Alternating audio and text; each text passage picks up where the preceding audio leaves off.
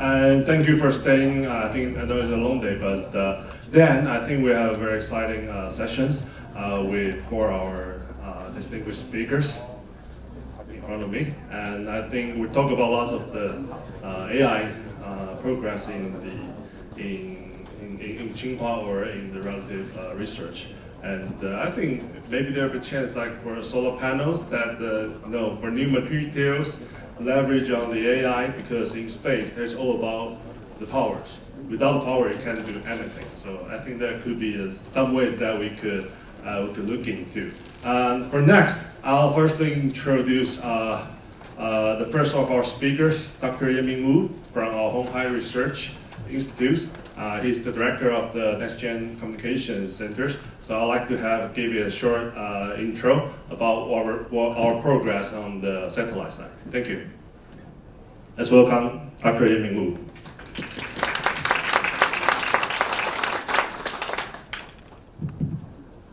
Good afternoon, ladies and gentlemen.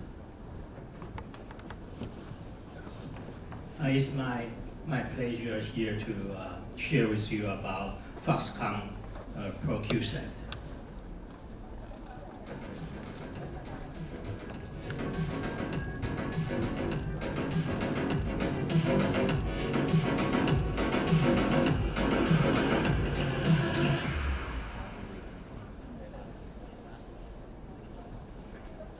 Okay, the Foxconn satellite ProQSat is called Pro-1H. It's a proof of concept CubeSat with 6U and as a pilot run for Foxconn satellite adventure. The mission we defined at first is one is the space heritage for our component and systems, and we monitoring all the subsystem and component electronics inside all the satellites, how it behave and how the equipment is aging. And also we try to have the space communication channel, understand the channel response and characteristics to do communications. So the main purpose of the project is to understand, to run the broadband satellite communications over K and K band. It's equipped with the two phase array beamforming array antennas, one 8x8 and 16x16 for the millimeter wave band. It's orbiting over the sun synchronous orbit and over at the 525 kilometers. It's orbiting very fast, so to do broadband communication at this orbit, it presents a lot of the challenges, including the link budget, the time varying double channels, and also the space environment qualification and so on. And the overall system that we built it from scratch, that has to consider two parts, including the bus platform and also the payload. The bus platform included all the bus platform, the OBC, the battery pack, and the sun sensor, solar panel, and the receivers, and the reaction wheel, ADCS, and star tracker, and so on. And there are two kinds of payload we have here. One is the selfie camera on the solar panel, and one Earth observation camera looking to the Earth, and also communication payload that has four PC board tightly integrated together, and the antenna that facing to the ground. So that's the project started at the 2021 of August kickoff, and we have it from the mission design from the scratch, from the design to manufacturing to assembly, integration, and testing overall. And it launched last year. last year, the November, we launched with SpaceX at California, and so Pearl 1H separation confirmed. And go through the early orbit orbiting phase and in the mission operation now at the moment.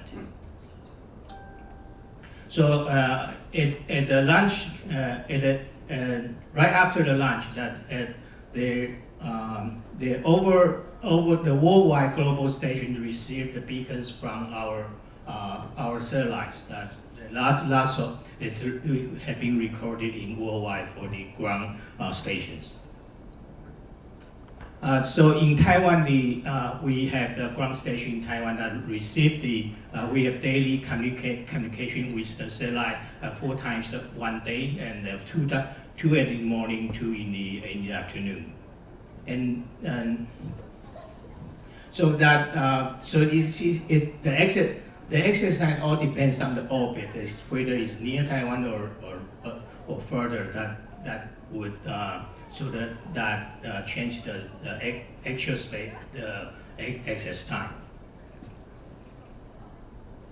So we are in the orbit now. In the orbit, we are able to the Pro is able to change different altitude determination and control.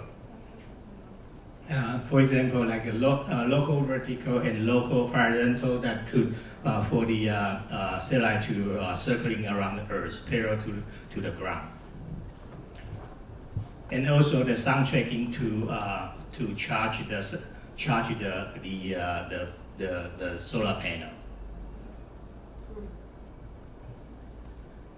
to have proper altitude determination. And also the targeting for communication that when it goes around that it's always targeting to the ground terminals. Okay, so we also do observations from the camera inside, looking out of the observation window from the Pro. And also we have selfie, so for the selfie camera from the solar panel to the photos from the space.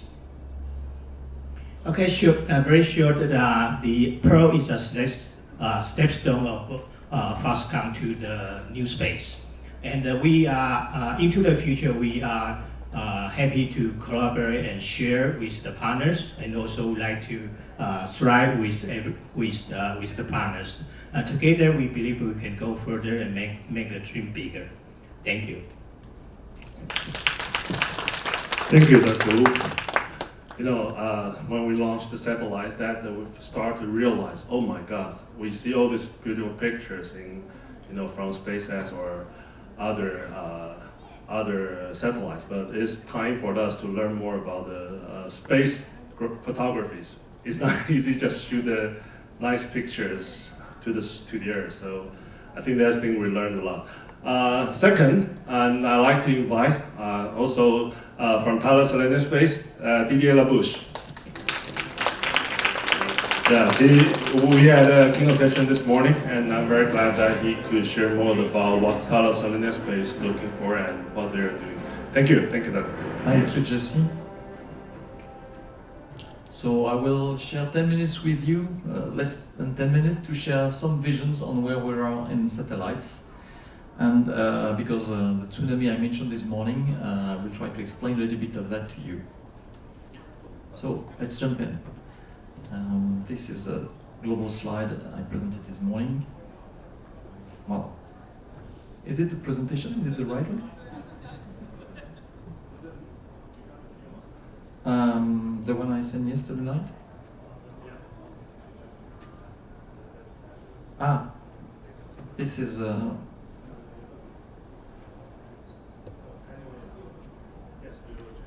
okay. So this was a general presentation.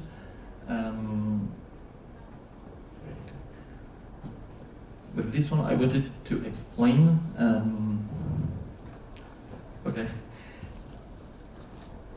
That well, perfect. When I was a child, I used to look at the TV, and the TV were basically 2 or 3 channels in black and white, and we were having the news at 8 o'clock and video on the movie at 20:30. And this is no more the case for us and for our kids. We don't use the content when we use that. And this made shift between the traditional way of looking at football match in real time to platforms like Netflix, where you can select the content you want whenever you want. And this is less favorable for satellites, for TV satellites, because TV satellites are very good for broadcasting, but not that much for on-demand content delivery. So this moved to a need for broadband communications through satellites. And this is a big shift that we have seen arriving since a decenny, and that is completely active today. And this is why the growth in satellites is in broadband communication more than in broadcast. We spent a lot of time this morning about the user experience, and in satellites also user experience is absolutely key, because users decide at the end where they want to put their money, and this is this money that is feeding the full supply chain. A very big element on user experience that we discovered with time is self-pointing terminals. You see here on this side a classical gimbal dish antenna to make broadband communication. This is a Thales NehaIdnani product. It's costing around $200, $250, so it's quite cheap. But it's not self-pointing, unless you add motors and you have an additional cost for that. You have to point it. And if you're not an expert, it's not so that easy to point a satellite with that. Even if the satellite is fixed and geostationary, it's not that easy. And a big trend of the market is this type of antenna. Sorry, can I go back? Yes, this type of antenna. It's a Starlink one, but Amazon is doing the same. OneWeb is doing the same type of antenna, flat panels that can point, and I believe Sharp will introduce that later. This is a bit magic because you can buy that from the supermarket, you put it in your garden or on your rooftop, and it connects automatically to satellites, even if the satellites are orbiting. So this is a big revolution that is democratizing the use of this, because it's much more easy to install. So users have decided not really to use anymore this type of things, even if it's cheaper, but to move to this type of things. And this is a huge opportunity also for high-tech manufacturers, because the volumes around these terminals can be in millions.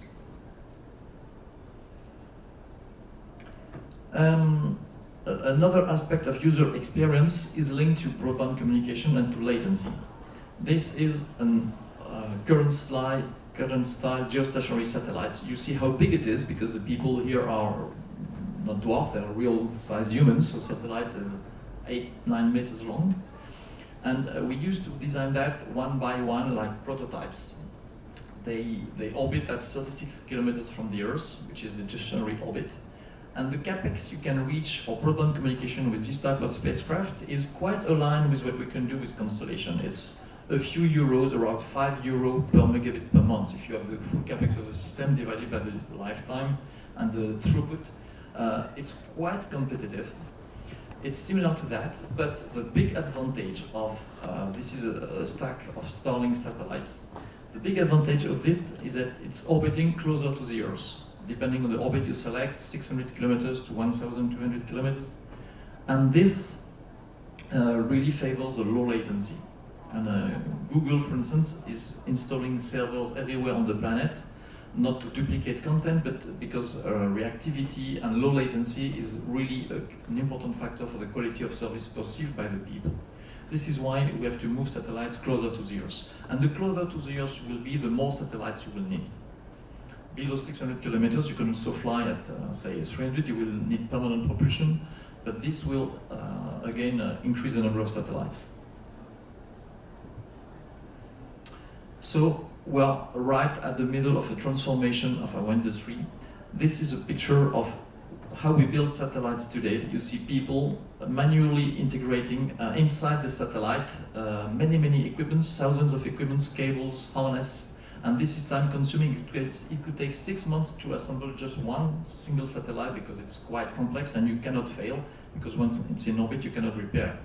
And of course, you cannot use this model to produce thousands of satellites. So you need to build something much more integrated to produce one satellite per day or even more.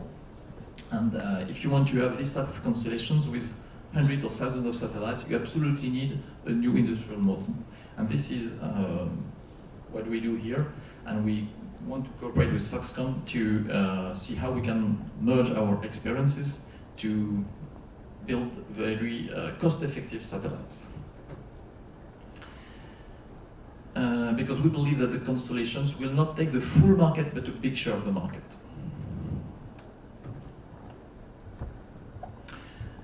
My last slide, the market segmentation. We need to target what we want to do. I mentioned this morning the direct-to-device communication with smartphones. I'm sure that OneWeb will mention more the broadband communication, the broadband side of it. The broadcast, I mentioned there is not a lot of growth opportunity because of the user that is changing in terms of behavior. There is also in the broadband business to consumer, to connect households, and business to business and governments, which is another part, a very valuable part of the market. And we can also think about many new services in space, like trunking, fiber optics in space, like edge computing in space, IoT. There are a lot of services you can do from space that will generate constellations. All the orbits are not suited to all the applications, but LEO orbit is quite suited to many of them, except broadcast. And of course, the closer you are to the Earth, the lower the latency, and the more satellites you need to build. So I will conclude on that. Yes, to respect the time, I will skip this one. We mentioned that this morning. Thank you very much. Thank you, Didier. Yes. So, yeah, sorry about that. So it's about the collaborations try to with the satellite technology provider, so Alenia Space, with Foxconn, and try to kind of re-innovate this new space world. But next, we are going to provide these technologies to our customers. And the customers is the service providers in the future that provide you the next-gen communications, whether it's for observations, for navigation, and for the telecommunication, as we say, the 6G in the mornings. So let's welcome one of the largest satellite constellations, APAC Regional VP, Neha.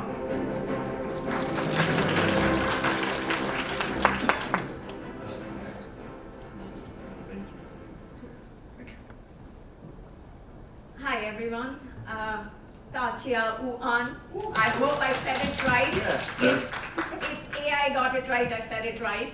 I'd like to thank Honhai and Foxconn and Chairman Liu and Jesse to have us over here on the 50th anniversary. It's a remarkable event, and we are happy to be present here in Taiwan for this event. Before I start off, I must say, some of the previous speakers have shared some really good insights into what's happening in the world today. I think Professor Ma spoke about how AI is changing the world of precision medicine. And I see, we're at the best time in the world today, using AI for precision medicine, using connectivity for e-healthcare, e-medicine. We can make huge strides in the world for all of us today, just with the sheer power of technology. So before I actually start out and talk about us as in Eutelsat Group and Eutelsat OneWeb, I want to start talking about really the spirit of us as an organization. We are as an organization and shareholder base built on the spirit of collaboration.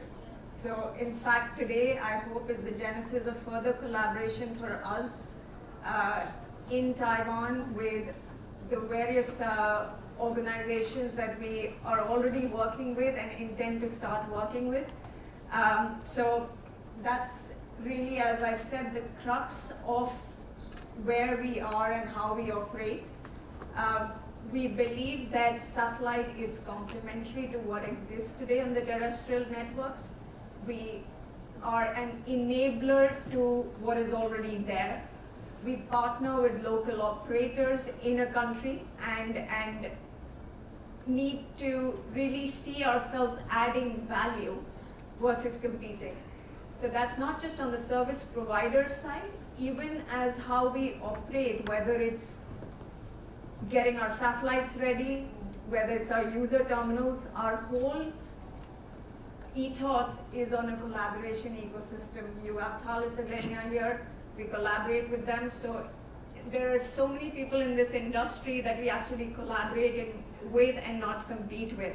And we want to keep building on that as we build our future constellation, be it on the GEO or the LEO side.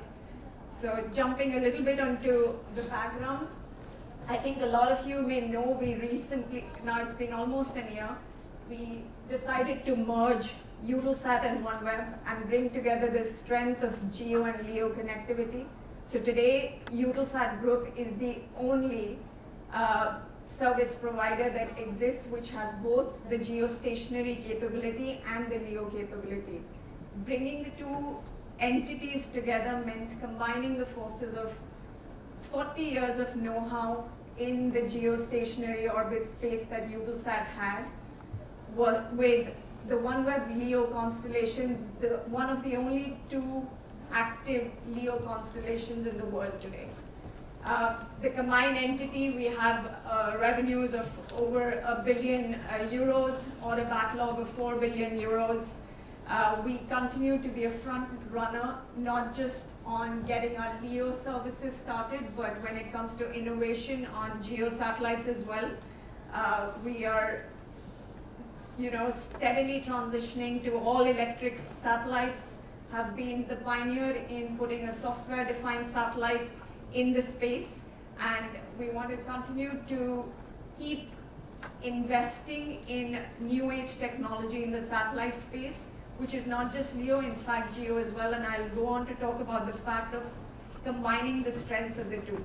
I won't spend too much time on this. This just talks about the fact that, as I mentioned, we are the only satellite service provider with both GEO and LEO assets. We have about little under 40 birds geostationary up in the GEO orbit, and about a little under 640 low Earth orbit satellites, which provide global coverage through the LEO side. As I mentioned, again, we believe there is a lot of complementarity and coexistence of various technologies. So combining the power of GEO, where you can have a lot of high density capacity at fairly economical rates, combining that with the power of, as Didier very well mentioned, and I reduced my task of talking a little bit about the advantage of low latency, combining that with the low latency of LEO capacity, which is not as concentrated in terms of throughput as a GEO orbit satellite could be. Combining that and coming up with a techno-commercial solution for enterprises and for governments is really the future, and in fact it's today. And we are here and now combining this and getting the hybrid GEO-LEO connectivity to the various telcos, enterprises, and governments that we connect. Little bit around our strengths and our approach. As I mentioned, we've been front runners on satellite innovation, not just bringing the LEO on the GEO side, having the GEO plus LEO complementarity has enabled ubiquitous connectivity, and we've also built on that through partnerships with telecom companies, internet service providers globally. Again, I repeat one of the points I made: we never go direct or compete with telcos and ISPs in a country. We only partner with them and bring our services to any country through the local partner. Another key aspect of the way we've structured our constellation and our go-to-market is A, we don't say we are a one-size-fits-all. You know your market better. You know your customers' requirements better. So we are very flexible in coming up with solutions, both technically and commercially fit for every market. Second is security. We are very focused on security and resiliency. So we always look at it on 3 pillars: infrastructure, people, cyber security. So immense strength and importance given to that. You know, we're talking about, we already have a significant collaboration on the LEO side with Chunghwa Telecom in Taiwan. We also want to expand that collaboration and capability beyond this into the geo space. And we have the capability to give sovereign control to the service providers, which a lot of our competitors do not have. So essentially, someone could become a virtual satellite operator riding on our infrastructure, fully NSA secure, and giving full security and sovereign control to the operator in a country. I mentioned about cyber resilience. We have a strong focus on cyber resilience.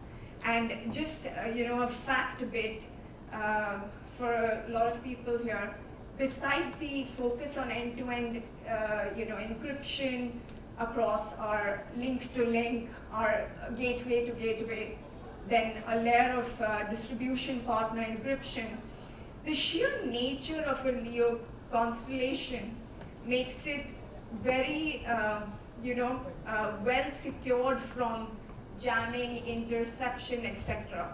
So let me talk about our satellites on the low Earth orbit side. We have about 634 satellites. Every terminal on the ground sees a satellite for only 2 minutes. Each satellite has about 16 beams. So every terminal is seeing a beam only for about 10-11 seconds. And every beam changes frequency. So you can imagine how difficult is it to jam and intercept by the sheer nature.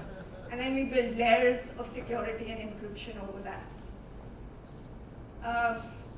Quickly talking through this, as I mentioned, we have a strong distribution partner ecosystem with partners like Chunghwa in Taiwan. We have similar global partners across the globe. We have a multi-orbit offering of being able to combine high capacity of GEO with the low latency of LEO, catering to various use cases. As I mentioned, we have a diversified ecosystem of partners even on, say, the manufacturing side of our terminals. We choose specialists to come up with all of our equipments. We have Stellar Blue doing our aviation terminals. We have Intellian doing our land terminals. Hughes in Americas doing our land terminals. So we have different portfolio of terminals built to suit to various requirements and various use cases. Again, this last piece that I spoke about, we keep re-emphasizing because today is a day and age of high importance of security, resilience, and sovereignty when it comes to communication, specifically with geographies like Taiwan. As I mentioned, I think we've been built on the ethos of continuous innovation and continuous progress. I won't go into the specifics, but whether it's on the GEO side or the LEO side, as I mentioned, LEO, we completed our global constellation of 634 satellites. We are still to enhance our constellation, planning to send another batch of 20 satellites, which should go up in the next few days. On the GEO side, there is always constant innovation. We've already put up some birds this year as well, and have some planned in the next couple of years to enhance capacity and capability. In fact, one of the birds going up is a GEO satellite, which we want to collaborate with Taiwan on as well, on the concept of enabling a sovereign virtual satellite operator kind model to build on what we have already on the LEO side. And I'm hoping, after this event, we build on our collaboration with Honai and Foxconn as well. And I'm looking forward to the rest of the event and our discussions in the future. Thank you. Thank you, Neha.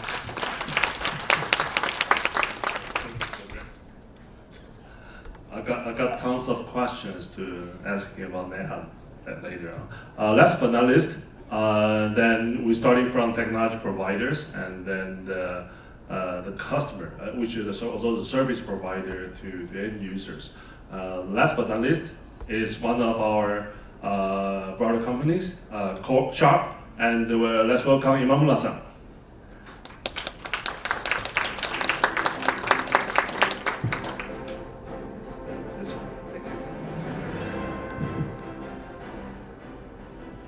Okay, so thank you for introducing me, Jesse, and I would like to present kind of the end of the presentation. After that, probably we're going to go to the panel session. So trend of the NTN satellite communication and 3GPP standardization for 6G is my topic. So in this presentation, I'm going to talk about, briefly talk about the trend of the NTN satellite communication, which already a lot of explanation, and I briefly talk about it. And next, our flat panel user terminal development, which is Sharp and FIH collaborating. And probably this one, right now, the actuator we are making, prototype making for the Eutelsat OneWeb, but hopefully with Honghai, the satellite, we could connect in the future. And the last one, the 3GPP standardization for 6G, that we're going to talk about it. Actually, I think that this one that include like a geo satellite, LEO satellite connection, and also the terrestrial network. Of course, the 3GPP making this kind of standardization more than 3 decades. So that's why this one, I think that there's a lot of kind of relation with Neha's presentation. So I'm going to touch about it. And actually, a little bit talking about me, I myself are working for this wireless communication industry for a long time, and especially for the 3GPP. More than 20 years I've been working on that. And I'd say that right now the 6G is a kind of a new topic and a very important topic right now. And I say NTN is actually the first 6G service we're going to see. So NTN is quite important in terms of the 6G too. So from this, my presentation, if you guys feel what kind of the 6G the service we're going to experience and how it's related to the NTN. And this is actually what Neha explained is very close to my explanation. So please hear about it. Okay, so already you had a lot of LEO satellite service being very popular right now. So it's a very hot topic, especially in Taiwan. I think that everybody want to see this kind of new service. And of course, Starlink is very popular, and they got a lot of users already all over the world. And Eutelsat OneWeb also, of course. And actually, there's only 2 satellite carriers with a large enough satellite constellation right now. So basically, yeah, and these 2 companies are quite important role they have. And actually, this is from the last month news release. The SoftBank released they're going to launch the Eutelsat OneWeb satellite connectivity service in December 2024 in Japan. So it is in 2 months they're going to have a new service in Japan. And this is a first service in Asia, right? So yes, that kind of the important stuff, and I think Eutelsat OneWeb going to expand their service in Asia region, starting from this. And probably they see that my recommendation is in like a panel discussion session probably that you can share about when in Taiwan they're expecting the new service. Next month? This is his data point, not mine. And also in Neha's presentation, she mentioned about some of the kind of appealing point of the Eutelsat OneWeb. And actually, we hear the very similar response from the customers. Of course, I'm from Japan, so I'm talking to a lot of the Japanese company, the potential customers. They're saying that yes, the Starlink is popular, but one company cannot dominate this kind of important service. So definitely there's a very strong demand. So they're waiting the Eutelsat going to start the service. And from this page, I'm going to touch about our development and FIH guys also hearing that. So the Sharp and FIH completed the initial prototype for the Eutelsat OneWeb. And this one has a very small size and a very lightweight. So this kind of terminal we have. And this is our go-to-market strategy. So we start from the maritime and the next go to the construction machine. And eventually we go to the automotive.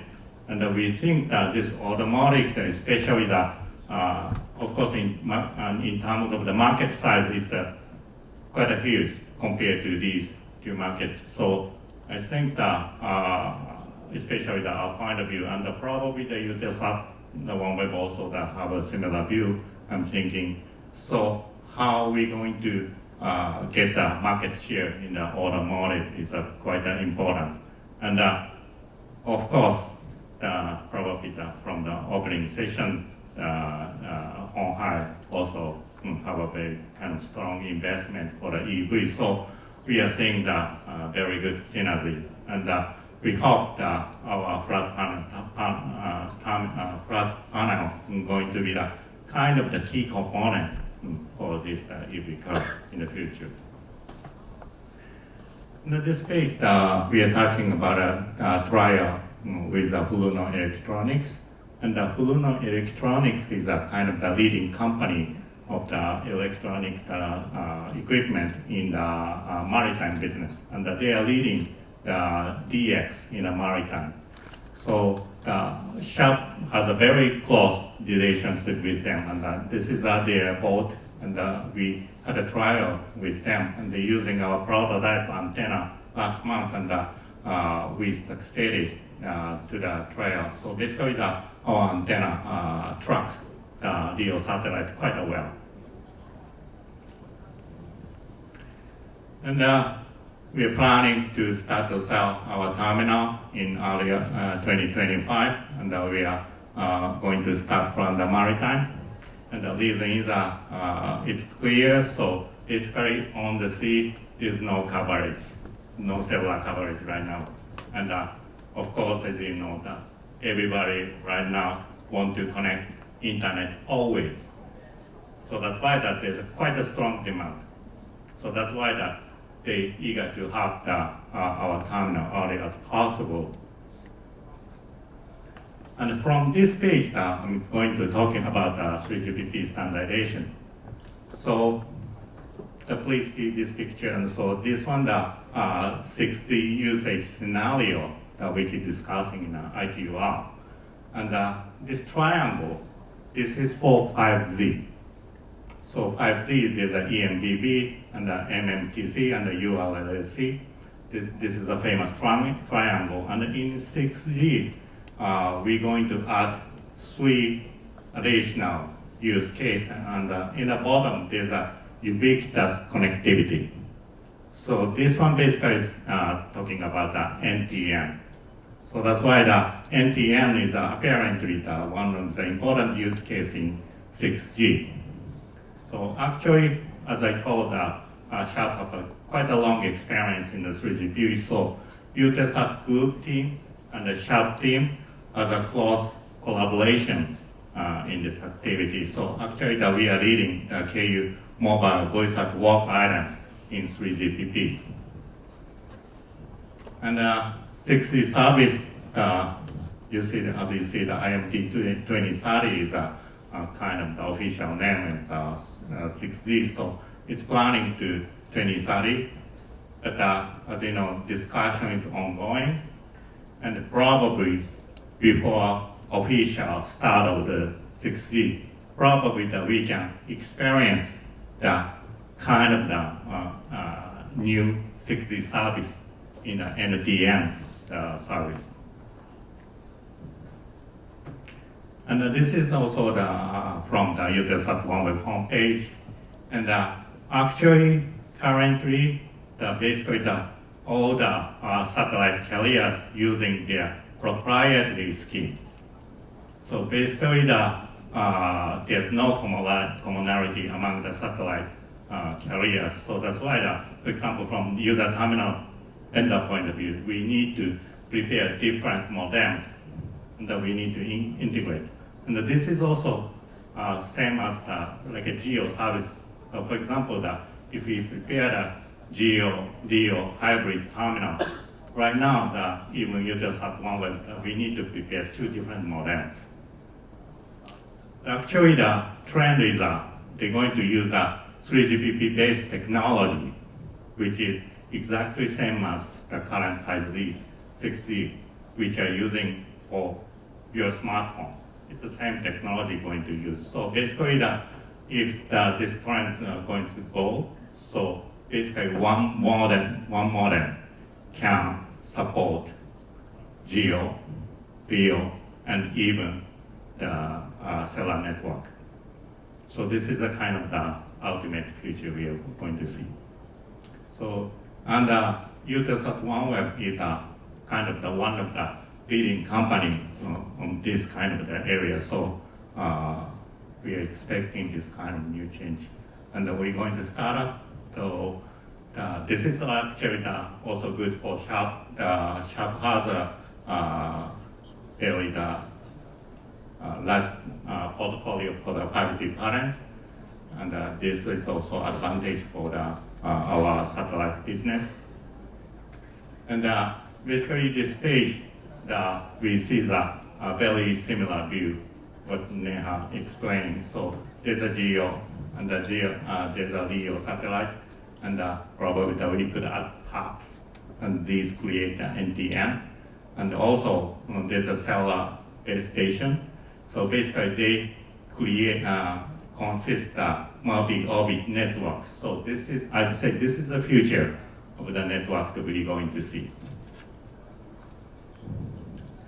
So basically this is a summary. So we explained Sharp and I5 completed the initial prototype, and we're going to start to sell from early 2025, and the 3GPP based technology to be widely used in the future NTN communication, and this is a multi-orbit network we're going to see. So thank you. Okay. Thank you. So then we will have our panel discussions with all our guests. So could we have the next slides? For the speaker slide, thank you. So as you might not know, there's some like jargons. When they talk about birds, it's all about the satellites. How many birds that are in the sky, right? And the one thing that we might need to also remember, most of the satellite constellations today are going proprietary. They're not dealing with the telecoms, except the Eutelsat OneWeb. Amazon Kuiper, Starlinks, they all with the different ways. I think like Starlink, they may not even go with the 6Gs. But Kuiper may be kind of like in betweens. But that's what we talk about. Eutelsat OneWeb. Okay, I think we need to also invite all these panelists. So yes, we'll follow the sequence. Let's welcome all the panelists again onto the stage.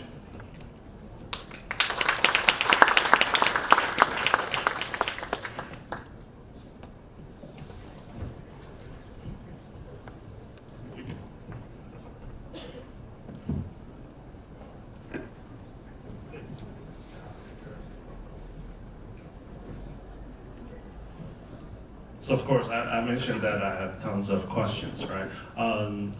And so for the way to 6Gs, you're also seeing that the telecoms, they're already hard to monetize the 5G investments when there's 2020. When it gets to 2030, it will be also harder. So I think that's a very key collaborations that need to work with the satellite service providers in the future. And I believe, of course, Eutelsat OneWeb is a key one. So I'll ask Neha first. So from your point, and also specifically your handle all this APAC area, which is a very large one, also including India as well. So which countries that you're seeing that might have the higher opportunities in the early beginnings to kind of like to adopt OneWeb services, and how do you work with those telecoms?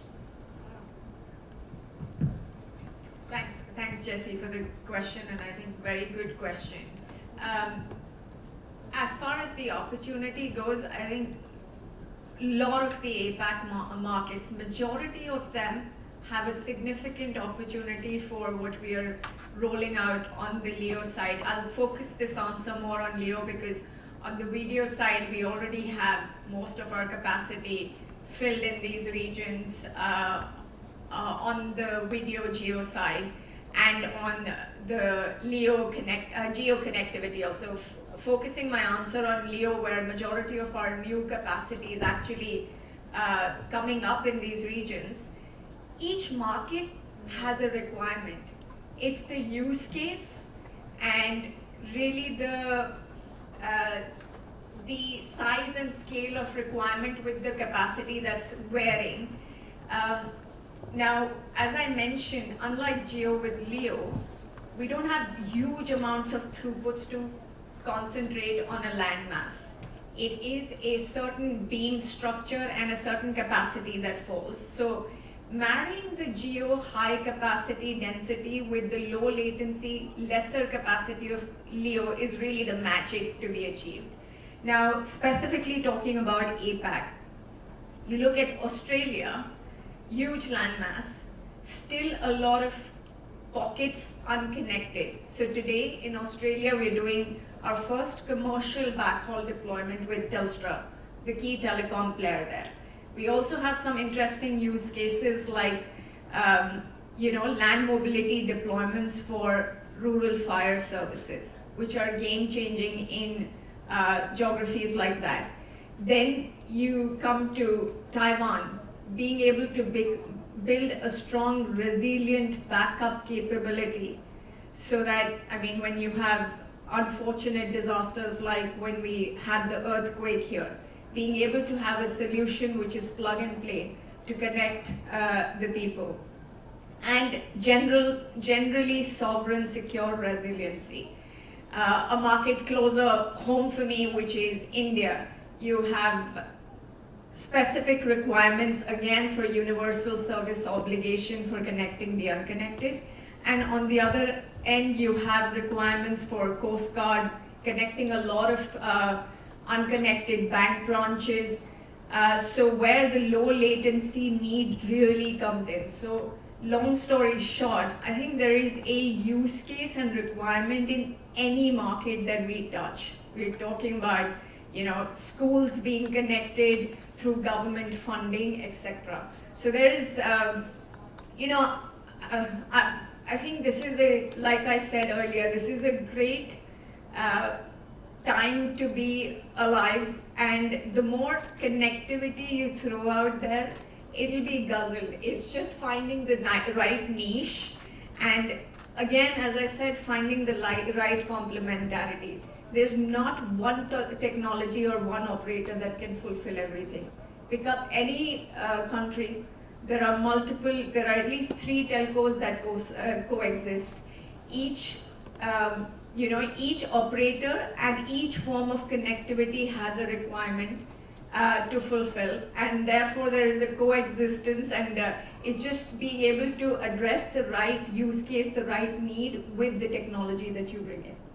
Thank you, Neha. And it's also very glad that actually OneWeb, Eutelsat has already launched the services for Taiwan government offices, and for that's what we call the network resiliencies, right? As of course, Taiwan is a small island. We might not need more coverage, but for the resiliencies, once there's a separateness that if the internet just get broken, so that might be a very crucial line for us to have still remain with the connections. So hope there will be more services to cover with these also enterprises and for the for all the citizens maybe you've used your service system.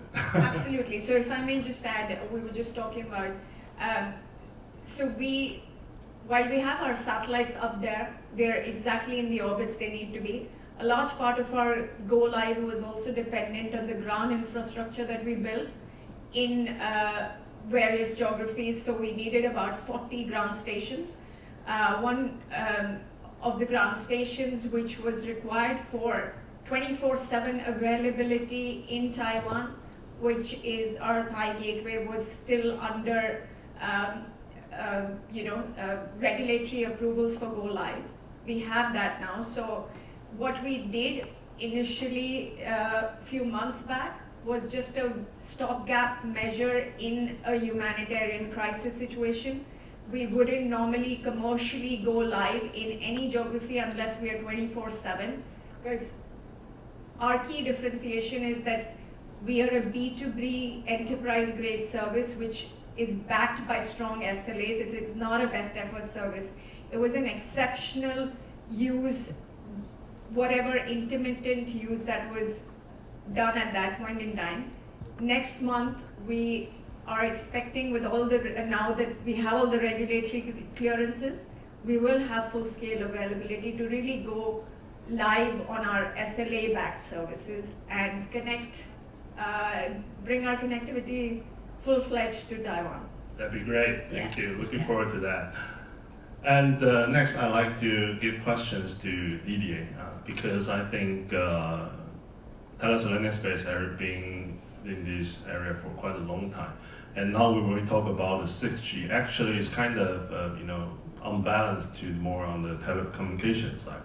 So for that, I know you have lots of technology on the high throughput it's a HTS system, and also there's intersatelliting technology. How do you like to cope with those new trend and new needs, new requirements based on what your R&D and already done, and how could we I think there's a lot of things still ongoing, right? So with the collaborations with Foxconn, what do you foresee that will be the most essential technologies that we should, put more investment, put more talent in? Thank you, Jesse, for the question. Well, just about to move to 6G because the next release in the 20, they are starting to think what will be the 6G now, but it will be deployed in 2030, something like that, and full deployment in 2035. But we started the introduction of 5G into satellites something like 9 years ago. We had the vision that we should reconcile satellites and terrestrial networks, and this is exactly what you mentioned, Neha, that satellites are not in competition with terrestrial networks, they are complementary, and the dream is that there is a cooperation between the two layers, the ground layer and satellite layer. And for that, some of the telcos had disappeared from space sectors many years ago because it was too much a niche market for them. And they are coming back today because due to the massive investment they see in space, they believe it's a new technology that can really complement what they do. And a way to attract them again in space was to use the same type of standard as what they use on the ground. Because if it's a specific proprietary standard, as you mentioned, well, they need a learning curve, they need to understand how it works, and they cannot operate their network globally with a unique quality of service, be it on the terrestrial network or in the space. And all the efforts we have pushed into GPP, maybe you know Nicolas Schubert, he's in my team and he's pushing like hell since years and years to promote the use of this terrestrial standard into space. And this started so many years ago with the vision that it would increase the reach of satellites to adopt this standard. And to come to your question on 6G, 6G will ask even more of anything, even more throughput, more data rate, lower latency. So it will be even more demanding in terms of processing. And today already, the 5G satellites have to embark some level of processing depending on whether they are transparent or semi-transparent or fully regenerative. And we observe that one of the potential bottleneck in capacity is the processing power we put in space. So the more advanced processing we can achieve, and we also work with TSMC in Taiwan to have the best technology available in space, to have very advanced processing and low dissipation processing. And this will be a strong enabler to push towards 5G today and 6G tomorrow. So I would say more standardization to increase the reach and more processing at lower dissipation. Thank you, Didier. I think entering into the 6G, I think there's this more like a multidisciplinary people from talents from different industries. Like the 6G to the satellites companies area actually is quite new, relatively. So there's something that we need to know more about that. Talking about 6G, now we have long-term veterans, more than 20 years. More than 20 I years. thought it was, okay, it still looks young. So yes, Imamura-san led the whole 3GPP things, and also alongside with Foxconn. So I think for a couple of years ago, when this started about 5G, when 5G is launched, 2022, 2023, people start talking about, okay, NTN might be another interesting topic, but now it's 2024. It feels like it's not just that way, right? It feels like it could be the mainstream to 2030s. So what do you see, and what's the trend that you are working with other, like big names companies on the way towards 6Gs? Okay, so actually, when we start, I also be in the 3GPP standardization meeting, and in 2016, the December, we agreed about the 5G release 15, and actually that time we expected a lot of the slicing technology, and it's applicable, the sub-carrier spacing different, very flexible, very kind of special generation we expected, but unfortunately the kind of the reaction from the kind of world is not much difference from the 4G, and actually I'm talking to the customer too, and most of the kind of complaint that we hear from is actually the 3G third generation is a very popular in Japan, and because NTT Docomo pushing that, so that's why I think the other regions are not that, but Japan, the 3G the network is very popular, and actually kind of this year and the next year they keep closing the 3G network. And actually what is happening is right now there's a 3G coverage, there's no 4G coverage, and of course there's 5G, no 5G coverage, so that means that they're going to disconnect it from the cellular network. So actually there's such kind of region in Japan, and quite a lot of the local government complaining about it. And that's why there's a clear demand. Even in Japan, there's a clear demand. They're going to lose the connection. So they're waiting this kind of service. So that's why the Starlink is a very kind of the hit in the Japan market. And of course, in local, they're using, and Nigerians. So from Japan point of view, this is a kind of the most important use case. So this is in the northern part of the Japan that we had quite a big earthquake. So at that time, the Starlink provided quite a lot of terminals. But what I heard is actually quite a lot of terminals doesn't work. So that's why the people saying that they're waiting different carriers. I'm confident you won't be saying that for us. But this is a reality, so that's why people keep saying that we cannot rely on the one operator. So there should be the multiple operator, and there's a diversity always. You know, the wireless communication diversity is one of the most important things. So yeah. So do you see a timeline that might be kind of like confirmed in certain years, like whether it's 19 or 20, maybe 26 or 27, So, there will be people to realize, okay, this is the preliminary 6G standard we need to follow it? So actually, interestingly, it's clear that when 6G going to start, already kind of decided release 21 is the first release of the 6G. But actually, what is happening in 3GP and this is also happening in 5G is actually before that, their mind is kind of next generation. So actually in 3GPP, this NTN related topic is part of 6G. Yes. People thinking, and actually what interesting thing is, for example, KU band, which is 15 gigahertz around. So this is actually the new frequency, and it's applied to the 6G terrestrial network. It's agreed in the WRC, and that's why kind of they're going to discuss eventually in the 6G, but KU band already using. Yes. So that's why the detailed wireless parameter in advance that they are discussing in the end session. So actually what the 3GPP guys doing is the kind of the exercise they're doing in NTN discussion, and that they're going to go to the terrestrial network discussion. So this kind of way. So that's why I say officially it's not 6G, but it's already kind of part of the 6G. Good. We need more of your hard work, your team's hard work for to realize this 6G.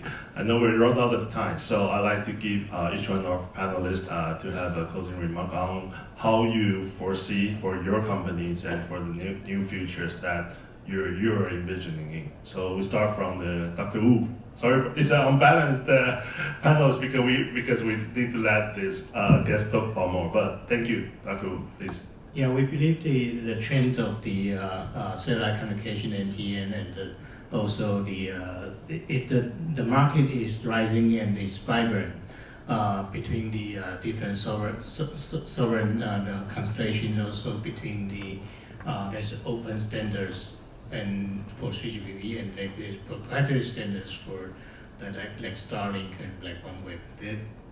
There might be more. So there is still, we can see that is the very vibrant market, and it's all growing in all different perspectives. So that we expect the volume will be going up, and for Foxconn we are good at from 0 to 1 and 1 to 100 or 1 to 1,000, 10,000. We are good at the production. So so it's not that to make the production to meet the growth of demand is not repetition of the 1 to 0 10,000 times. That is not production. To make the production, we need different way of thinking to meet the challenges of the future demand.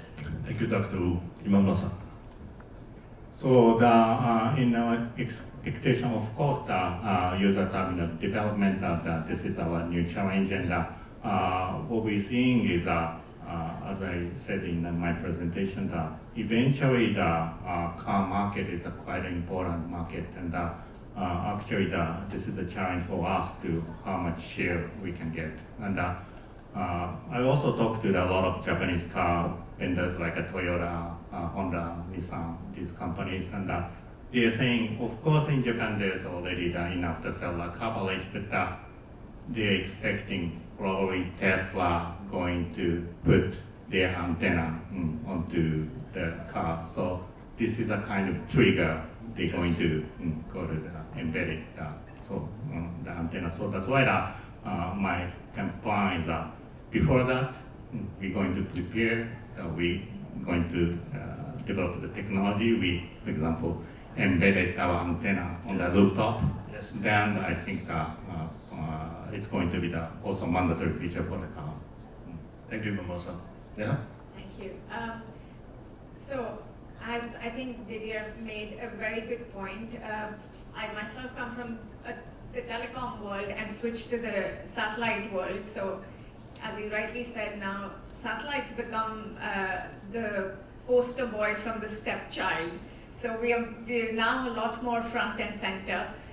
In terms of the future, specifically for me, talking about us and Taiwan together, I think the step one, we are soon going to go live with all of our LEO services. So that's really the future for me, imminent right now.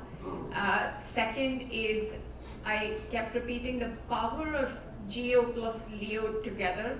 That also for me is one of the future areas of collaboration that I would want us as a group to bring the power of that to Taiwan. As I mentioned, there are some plans we have in the future for GEO, focused on Asia connectivity. And then, as some of you may know, we are also talking about our next generation, which is a transition and building more capabilities on our LEO constellation. I think for me the future is also collaborating with Taiwan on that space. Thank you, Neha. And Didier. Yes, as was said by Mr. Hu, the market is really boiling. There are a lot of opportunities, and a way to seize these opportunities is to have the right strategy, to select the right partners, and develop the best technologies in the world. And I think we have all the ingredients for very interesting cooperation in the future. I'd like to thank you again and all the panelists, and thank you for bringing us very brilliant ideas, and also that's, I think, to open the way to the new era of the new space and on the way to 6G. Thank you again. Didier, Neha, Dr. Wu, thank you. Thank you everyone.